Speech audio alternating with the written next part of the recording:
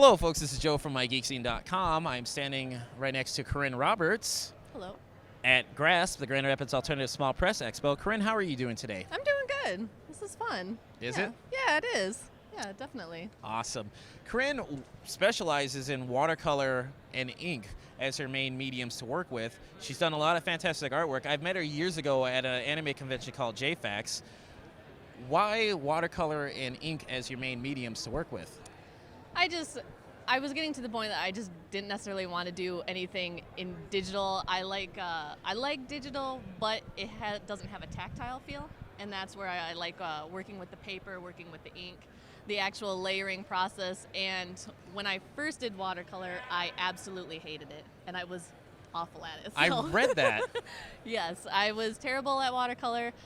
But I liked it when other people did it. So it was always the thing that I would go back to and just be like, like I always wanted to do it. So eventually I just said, you know what, you're going to sit here and you're going to learn it until you figure it out. And that's why I really stuck with it. And I started to see myself progressing in it. Because that's another thing that I was always told, like, there's no room for digital, or there's no room for watercolor because there's digital. So you really should give up watercolor right now. And that's like telling me that there's only one way to be creative, and I don't believe that. Made you dig your heels in? You dig my heels in, that's right. I wanted to figure it out. It wasn't a long, frustrating process for you, was it? Like you said, you initially hated it. I initially hated it. I only took one course in college, stopped, said I would never do it again. And it wasn't until after college that I started dabbling in it again.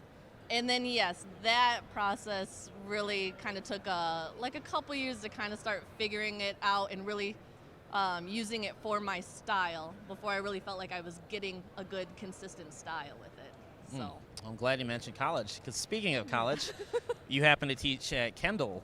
Yes. What is it that you teach there? Well, I teach in the continuing studies program, so that's like community ed classes. In illustrative watercolor, and I predominantly... That's a shocker. I know. And then I also teach vivid watercolor. Actually, more of a shocker is I strictly teach digital art. Oh, okay. If you would have said that, I'd be like, wow, was not expecting that. I was like, apparently the research I did last night was terrible.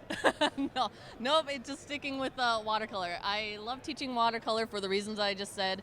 I hated it. So when I have students that are very frustrated, I know exactly how that feels. How fulfilling is that, teaching? Oh, no, it's absolutely one of the best things. Like, I have teaching and then I do this. So I hold teaching just a little bit before, and that's why I like educating people about it, because watercolor, I do it for illustration, but I also teach it for therapeutic reasons. So that's another reason that I've been able to connect with a lot of people who don't necessarily have an interest in any of this stuff, but they like it. And learn a lot more from it for the therapeutic qualities. All right. Well, speaking of being productive and whatnot, Corinne has put out 2 books, Out and About. Would you be able to talk about Out and About? Oh, yeah. Out and About was my first book. It was a children's book. It's a children's number book with Seek and Find in it. And I mainly just wanted to do this book, and I started to figure out that I could print it in comic book form because it's a children's book. And I just decided, before I really knew how I was going to sell it, that I was going to finish a product completely, and that was the most important thing to me. So that's why I started to do that. But the book itself is just a fun, simple children's number book, but I love doing general audience stuff too, so that's the reason I have the Seek and Find, because I like it where the older siblings or even adults, get into it. So. All right, and your other book, Imaginary Sea. I'm sorry. Did you say Out and About first? Out and About. We did cover Out and About first. No, you don't have to. That was... I'm sorry. I'm sorry. I just explained Imaginary Sea 1, 2, 3. So Out and About. Sorry. Well, folks, for those who are watching that, just imagine when you're, no pun intended, when you're watching that, just go back and be like, you know what? That was Imaginary Sea 1, 2, 3 that she was talking about. And now we're going to talk about Out and About. So just... substitute the words right. Imaginary Sea 1, 2, 3 for Out and About. I'm going to try to listen better to this interview. Sorry. Wow. No, I'm going to try to listen better. So. Okay, so please do tell what Out and About is all about. Out and About is it's about a small dragon. It's just a picture book, and mainly I wanted to challenge myself to do different mood and landscape pieces. So I wanted to do a little dragon traveling around, and he has small wings, so he can't really fly, but he has an adventurous spirit, and that's why he still travels around. So he can't fly, but he hops and kind of skips along, and then I was able to practice. For me, it was a watercolor challenge to do scenery, landscapes, but also mood pieces because the colors constantly change. Okay. Speaking of mood pieces, I have to put this up. What is the fascination with creepy and spooky things? Because I noticed Oh, yeah. because when you post it on your website, on her, I believe it's your Tumblr, she puts descriptions for everything, and that was super crucial for doing research, and that was very helpful, so thank you for that. Oh, yes. But one of the things you're like, I just felt I was in the mood to do something creepy. I was in the mood to do something spooky. And looking at the artwork, especially the jack-o'-lantern that I purchased last year was amazing. Oh, thank you. What is the fascination with those two topics, subjects, themes, genres? Halloween. Halloween when I was a kid. That was my favorite holiday. And then also fairy tales. But also fairy tales in the sense of like old fairy tales, like you will die if you do this. It's not like a fairy tale of what we would think of where it's always a good, happy ending. Oh, no. It's, a fairy tale's like originally, you go out into the woods, you will be eaten. So. Oh, yeah. I mean, like, those have been watered down. If you track down, like, the original fairy tales, like, The Little Mermaid. Yes. Yeah, that ends horribly. No, that was one of my first fairy tales. And then I was surprised when I watched it as a movie that she lived. And I was like, that's not how I have it in my book. And so Disney's like, this is our interpretation. You'll take it for what it's worth. Or you get nothing. You get nothing, You get exactly. nothing. So, spooky and creepy. Yes, those are my favorite mediums to work with. Also, I think they work with watercolor very well. Like, just how the watercolor runs. It was, the coloring and the layering goes very well with that subject matter. So they work well together. Okay. Time for some random questions, All right. miss. Because, yes. I am ready. Speaking of creepy, are you still creeped out by the Skeksis from Dark Crystal? You bet. No, I just it's the voice. That is awful. I just rewatched that and I was like, yeah, these are still the creepiest part of this movie. And my mom even said that I brought it up to her. I said, do you remember that movie Dark Crystal? She's like, yeah, I remember how freaked out you were by it because, the Skeksis. I would watch like horror movies or like science fiction movies. None of those really faze me, but the puppets and then that voice. Did you know that someone put in a super cut of just that Skeksis going? Like, I watched it and I was like, yes. Actually, I linked to it for a previous review that I did a long time ago. Because when I was at Shudocon, someone dressed up as one of the Skeksis. Oh my god. And I linked to supercut. I know this has nothing to do with you, but it is. No, that is hilarious. Somebody was telling me at one of the conventions, they're like, did you see that Skeksis? I was like, no. I just imagined him like coming around the booth, you know? The gnarled fingers, like, I'd like to check out some of your wares. This is pretty good. Exactly. I was like, oh boy. I don't know if I'm prepared for that at this convention. Like I said, of all the crazy things that you see, I'm like, oh, okay. Speaking of classic family movies, why is The Secret of NIMH one of your favorite movies? Oh, because of the way that it's animated.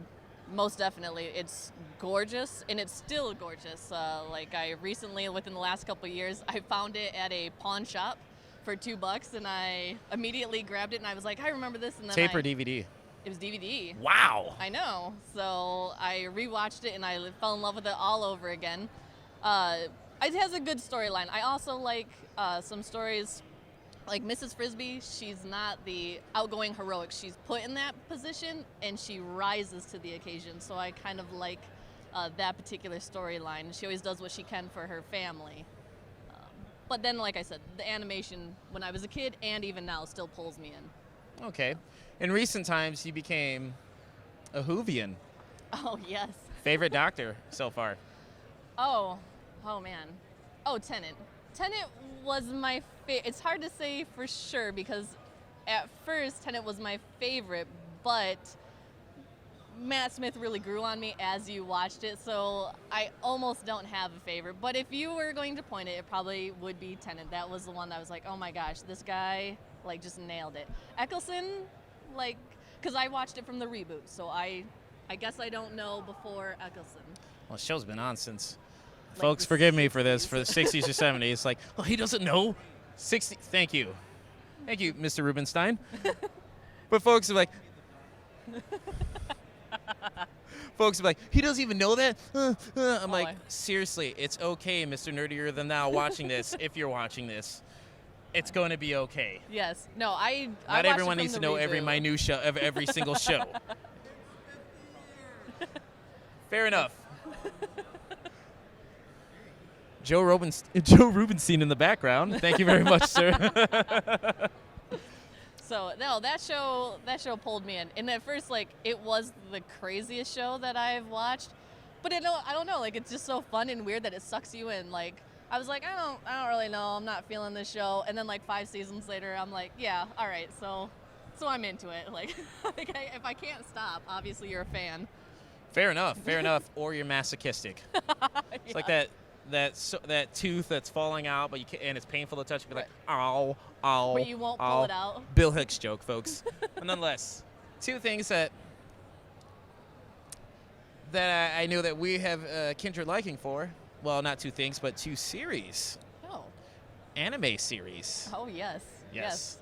All right. Now, I noticed that you did a piece for Full Metal Alchemist. Mm-hmm. I have to ask this question. Yeah. The original series or Brotherhood? Everybody always asks this. I watched the original. I was told to watch the original, and I think it was on Netflix, so I'm pretty sure like that's where I streamed it from. So that's the one I watched, but everybody always asks, like, which one was it? Because I've heard that they're quite different. Yes, Brotherhood follows the manga almost to a T, except for some minor changes. Okay. I would highly recommend that if you wanted to see what the original story is about and how it ends originally, I would highly, highly recommend Brotherhood. It's only 64 episodes, but hell, if you can watch 5 seasons of Doctor Who Yes, yeah. at about roughly an hour a pop, you can watch 64 half-hour episodes tops. I mean, I would highly recommend Brotherhood. Oh. That is the minutia of that series. I love the fact that in my interviews that people are like, yeah, I'm going to add to it. And I'm like, that is awesome. I like how random my interviews are. Yes. Well, Thank yes. you. Oh. I don't have Helter Skelter. And another anime series that I recently got into because I bought into the hype, and it looks like you did too. Attack on Titan. I was like, no, you're gonna say Attack on Titan. No, that show most definitely. Like, it lived up to the expectations because when everybody's talking about it, I'm like, well, like, I don't know. And I normally wait for it to come out dubbed. Yeah. But I watched it with subtitles because immediately I was pulled into it. Have you watched the 5 miniature OVAs for that now? No. Yeah. No. Yeah? I'll send you a link to that. Yeah, most definitely. And I own both first and part 1 and part 2 of the first season. Funimation, you really need to stop doing that whole parts thing. Just release it as one whole thing, okay? Don't do that. Right. If you're doing it seasons, that's fine. But don't give me like 13 episodes at a time. It's Yes. expensive and greedy. Thus, I will never ever get a Funimation sponsorship for the MIGeekScene.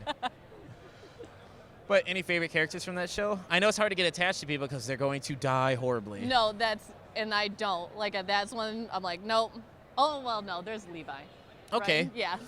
Ooh, total badass. Yeah. Okay, so there was a favorite. That is my favorite. But apparently, like, especially any of the kids that you're introduced with, I'm like, no, not getting attached to anybody. It's like Game of Thrones. I'm like, if they all, die, I've already cut myself off, It's all Okay. right. Well, back to you as an artist. What are you currently working on? Oh, I'm working on a fairy tale book, kind of like what we were talking about. It's my favorite medium to work in. But Imaginary out and about. 1, 2, 3. Yes, I'll get it all mixed up. That's why I won't even say a title because it'll be all backwards. And I'm working on that. I would like to have a sketchbook out for next year as well. And then Comfort, Adam, and Comfort and Adam are right over there. We're going to be working on a book for next year. Maybe it'll come out the end of next year. With Will Jones, by chance? Yeah. I talked to him earlier today. Yeah, Kitty Game? Yes. Yes, he did. He asked for permission first, so he could talk about that. So, yes, I was like, please do not murder me, Adam, and Comfort. If you're going to do it on camera, please do it on camera so you'll be incriminated. No, they're totally cool. Oh yeah. No, well, and we've been talking about it for a while, so now it actually looks like we'll have it probably out by the end of next year. And that one, it's a nice challenge for me because I'm only doing the drawing, so no watercolor or anything. Will's gonna be coloring it. It'll be just a different thing for me to learn, and I'm excited about that. All right. Well, if folks wanted to check out your artwork and contact you online, how would they go about doing it? Where can they find you on the interwebs? Oh, just my name. So CorinneRoberts.net, and that's CORINNE Roberts.net. All right. Well, Corinne, thank you so much for granting this interview. Yeah, you bet. No, this has been fun. It has been fun. I've thoroughly enjoyed this. Yes. Folks, this is Joe from MIGeekScene.com. Take it easy.